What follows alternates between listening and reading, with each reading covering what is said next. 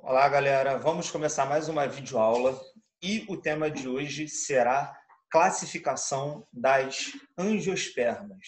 Galera, na verdade, esse vídeo agora, ele é uma complementação lá daquelas nossas primeiras aulas de classificação das plantas, tá? Onde a gente classificou e caracterizou as plantas, beleza? Então, hoje é uma videoaula que vai falar da classificação só das angiospermas, daquele grupo que tem flores e frutos, beleza?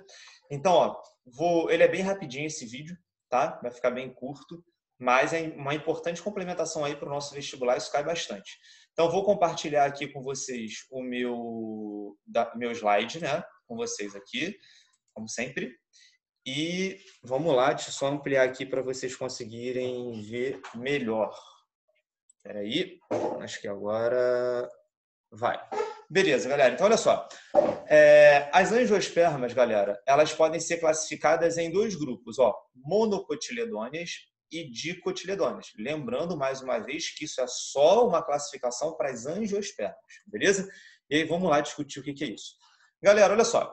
A gente pode dividir as angiospermas em monocotiledôneas e dicotiledôneas olhando as características delas no que diz respeito às raízes, ao caule, às folhas, às flores e às sementes. Beleza? Então, a gente vai fazer essa classificação diferenciando esses órgãos aqui da planta. Beleza? E aí, vamos lá, galera. Em relação à raiz, turma, isso infelizmente é uma decoreba, tá? Não tem jeito, cara. Infelizmente, isso é uma partezinha que é uma decoreba e que cai bastante no vestibular, então a gente tem que saber, tá? Como eu sempre falo para vocês, o que ajuda muito vocês no estudo de botânica, né, é você tentar olhar para as plantinhas que você tem perto da sua casa, ou na sua rua, e tentar fazer a classificação dela, né? Tanto em monocotiledônia, quanto em dicotiledônia, quanto em angiospermas, briófitas, pteridófitas. Então, olha para a janela, olha para as plantas da sua casa e lembra da aula de botânica e tenta ver o que a gente está vendo aqui. Isso ajuda muito, tá? Então, vamos lá, galera. Em relação às raízes, as monocotiledôneas, elas apresentam as raízes todas espalhadinhas assim, tá vendo? A gente chama isso de raiz fasciculada ou até em cabeleira, tanto faz, tá? Raiz fasciculada ou em cabeleira. A raiz da planta, ela é toda espalhadinha assim, beleza? Tá? Olha como é diferente as raízes das dicotiledôneas. As dicotiledôneas apresentam uma raiz principal, vocês estão vendo aqui, raiz principal, que a gente chama de raiz pivotante ou axial. Dessa raiz principal saem outras raízes, beleza? Então, sempre as monocotiledôneas vão ter as raízes assim, espalhadinhas, a gente chama de fasciculadas, e as dicotiledôneas vão ter as raízes que a gente chama de pivotante ou axial. Turma, as dicotiledôneas, como elas têm essas raízes pivotantes aqui, elas conseguem aprofundar as raízes delas no solo muito mais do que as monocotiledôneas, tá? Então, justamente por causa dessa raiz axial aqui. Beleza? Em relação ao caule, galera, o que a gente pode falar também?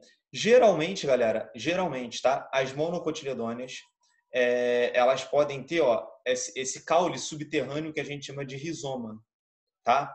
Então, as monocotiledôneas geralmente apresentam um caule subterrâneo que a gente chama de rizoma, geralmente.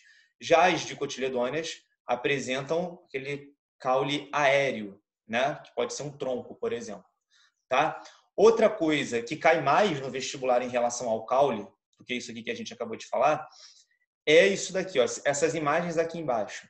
Galera, as monocotiledôneas apresentam os vasos condutores de seiva todos espalhados pelo caule. Então, por exemplo, se você cortar um caulezinho de uma monocotiledônea e olhar no microscópio esse corte que você fez, você vai ver os vasos condutores de seiva sem nenhuma organização ali dentro, totalmente espalhados, tá? Quando a gente faz um corte do caule, né, de uma dicotiledônea, a gente já vê uma organização, muito certinha dos vasos condutores de seiva.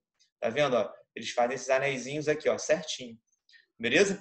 A gente vai ver em aulas futuras que existem dois vasos condutores de seiva, né? O xilema e o floema. Por enquanto, não se preocupem com isso. Essa imagem que vocês estão vendo aqui das dicotiledôneas, o que eu estou vendo? Ó, eu sempre vejo que o floema fica mais para fora, ele é mais escurinho, tá vendo? Tem uma corzinha mais escura. O floema sempre voltado para o lado externo e o xilema, que tem uma corzinha mais clara, voltada para o lado interno. Tá? Então, são os dois vasinhos condutores de seiva. Aqui eu tenho uma organização bem clássica. Floema voltado para o lado de fora, xilema voltado para o lado de dentro. Aqui, ó, é tudo misturado. Floema pode estar para dentro, pode estar para fora, xilema pode estar para dentro, xilema pode estar para fora. Então, não tem organização aqui. Beleza? Em relação à folha, galera, essa é a forma mais fácil para você diferenciar uma monocotiledônea de uma dicotiledônea. É olhando a folha. Turma, sempre que você olha pela janela da tua casa aí, tu vai ver várias plantas. O que a gente está vendo mais das plantas aí são as folhas. Então, faz esse teste. Qualquer plantinha que você tiver em casa, que você tiver aí perto da sua casa na tua rua, olha a folha dela, se ela for uma angiosperma, e tenta classificar de acordo com o que eu vou falar agora. Turma, as folhas das monocotiledôneas, as nervuras da folha são paralelas, tá? Então, as nervuras são assim, ó, paralelas, umas às outras, beleza? Então, a nervura é bem paralela. E ainda tem uma bainha, que é uma estrutura que liga, né, a folhazinha no caule. Mas o que mais a gente consegue ver são as nervuras paralelas. Elas são retinhas assim, as nervuras da folha, beleza? Quando eu olho as folhas de uma dicotiledônea, as nervuras, olha como é que elas são. Eu vou ter uma nervura principal e dela vão estar saindo outras nervuras. Não sei se vocês conseguem ver aqui na imagem, tá? A gente chama essas nervuras de nervuras reticuladas, tá? A gente também fala que essas folhas são peninérvias. O que é peninérvia? Parece uma pena, tá? Então, ó, essa é a forma mais fácil para você diferenciar uma monocotiledônea e uma dicotiledônea, olhando para a folha. Beleza? Então, ó, lembrando, monocotiledônea, as nervuras são paralelas, beleza? Paralelas. E as dicotiledôneas, as nervuras são reticuladas. Eu vou ter uma nervurazinha aqui no centro, da onde vão se ramificar outras nervuras. Beleza? Pô, cara, olha qualquer plantinha que você tiver que seja uma angiosperma e faz essa diferenciação. Em relação à flor, galera, vamos lá. As monocotiledôneas vão ter flores trímeras. O que significa isso? Trímeras. Elas vão ter 3 ou múltiplo de 3 pétalas ou sépalas. Tá? Então, sempre as monocotiledôneas terão 3 ou múltiplos de 3 pétalas e sépalas. Tá? Lembrando que pétalas geralmente é a parte colorida, geralmente, tá, da flor, que chama a atenção do polinizador. E sépala é como se fosse aquelas folhinhas que ficam embaixo das pétalas. Tá? Então, monocotiledôneas são trímeras, 3 ou múltiplo de 3 pétalas ou sépalas. Já as dicotiledôneas, elas podem ser tetrâmeras ou pentâmeras. O que significa isso? Elas vão ter 4 ou múltiplo de 4, 5 ou múltiplo de 5 pétalas e sépalas. Tá? Então, sempre 4 ou múltiplo de 4 ou 5 ou múltiplo de 5. Aí sempre me perguntam assim, professor, e se eu achar uma flor que tem 12 pétalas? Porque 12 é múltiplo de 3 e é múltiplo de 4. Aí, galera, realmente não vai dar para diferenciar de monocotiledônea e dicotiledônea nesse exemplo. O que você vai fazer? Você vai partir para outra característica. Você pode olhar a raiz, você pode olhar o caule, você pode olhar a folha. Beleza? Show? Então, nesse caso, atenção. Tá? Em relação à semente, para a gente fechar, tá? Galera, olha só. A semente, o nome monocotiledônea e dicotiledônea, né? Esses nomes vêm daí, ó. Nas sementes das monocotiledôneas, eu só vou encontrar um cotilédone. Professor, o que é cotilédone? Cotilédone, galera, é uma estrutura, tá? Que transfere ou que abriga a reserva nutritiva do embrião. Então, por exemplo, a gente viu na aula de reprodução das angiospermas que toda sementinha tem um embrião e uma reserva nutritiva para ele. Beleza? Então, lá dentro da semente tem um embrião e o alimentozinho dele que a gente chama de endosperma. A gente viu isso lá na classificação, na reprodução das angiospermas. Para essa semente germinar, o embrião tem que pegar essa reserva nutritiva para começar a se desenvolver. O cotilédone é uma estrutura que vai fazer essa transferência da reserva nutritiva para o embrião, tá? Então, essa é a grande função do cotilédone. Então, o cotilédone faz essa transferência da reserva nutritiva para o embrião. E, galera, em algumas plantas, tá? Não em todas, mas em algumas plantas, depois que a semente germina, né? O cotilédone ele atua como o primeiro órgão fotossintetizante, né? Como se fosse uma folhinha. Não é uma folha, aquilo ali é um cotilédone que ele assume a função da primeira estrutura fotossintetizante da planta. Vou dar um exemplo para vocês. Quando a gente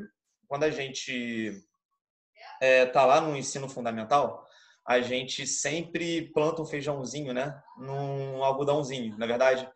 Aí o feijãozinho começa a crescer. Quando esse feijãozinho começa a crescer, notem, cara, é bem comum você ver isso. Se você não lembra disso, faz o experimento em casa. O feijãozinho vai germinar. Logo quando ele estiver germinando, vai sair duas folhinhas.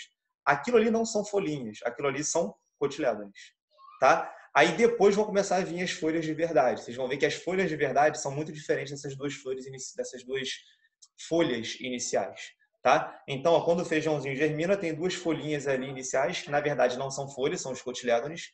Eles estão ali fazendo fotossíntese, mas aí depois ela continua crescendo e vem as folhas verdadeiras, beleza? Que são bem diferentes das folhas desses dois cotilédones aí, que não são folhas, beleza? Então, ó, as monocotiledôneas têm um cotilédone nas sementes e as dicotiledôneas têm dois cotilédones na semente, beleza? Professor, você pode me dar exemplos de monocotiledôneas e dicotiledôneas? Tem vários. Vamos lá, galera. Monocotiledôneas. Vamos lá, bananeira. Se você pegar a folha da bananeira, você vai ver que a nervura dela é toda paralela. Então, monocotiledônea. Grama. Se você pegar uma graminha, a folhinha da grama, a nervura é toda paralela. Beleza? Outro exemplo de monocotiledônea, galera. Milho, você pega a folhinha do milho, né? A nervura toda paralelazinha assim da folha. Bem facilmente você vê isso, tá? E dicotiledôneas, galera, é a grande maioria das angiospermas, tá? Que você vê aí, tranquilo? Aí você pega as árvores, por exemplo, frutíferas, que você mais conhece, geralmente, as árvores que dão flores, por exemplo, ipê, né? Jabuticaba, deixa eu ver aqui, manga, maçã, pera, tudo isso daí são dicotiledôneas. Tranquilo? Tá? Então, galera, essa é a classificação das angiospermas, tá? Lembrando 1 milhão de vezes, isso é só para angiospermas, tá? E isso é uma decoreba, como vocês viram. Tentem treinar isso aqui que vocês viram comigo, olhando as plantinhas que tem aí na tua casa ou perto da tua casa. Primeiro tem que ver se é uma angiosperma e depois tenta classificar em mono ou dicotiledôneas. Beleza, galera? Então é isso. Essa videoaula bem curtinha aí de classificação só das angiospermas. E, galera, vou parar de compartilhar aqui, né, para me despedir de vocês, como sempre. E é isso aí, galerinha. Show? Tamo junto. Até a próxima. E é tudo nosso, galera. Um beijo. Valeu.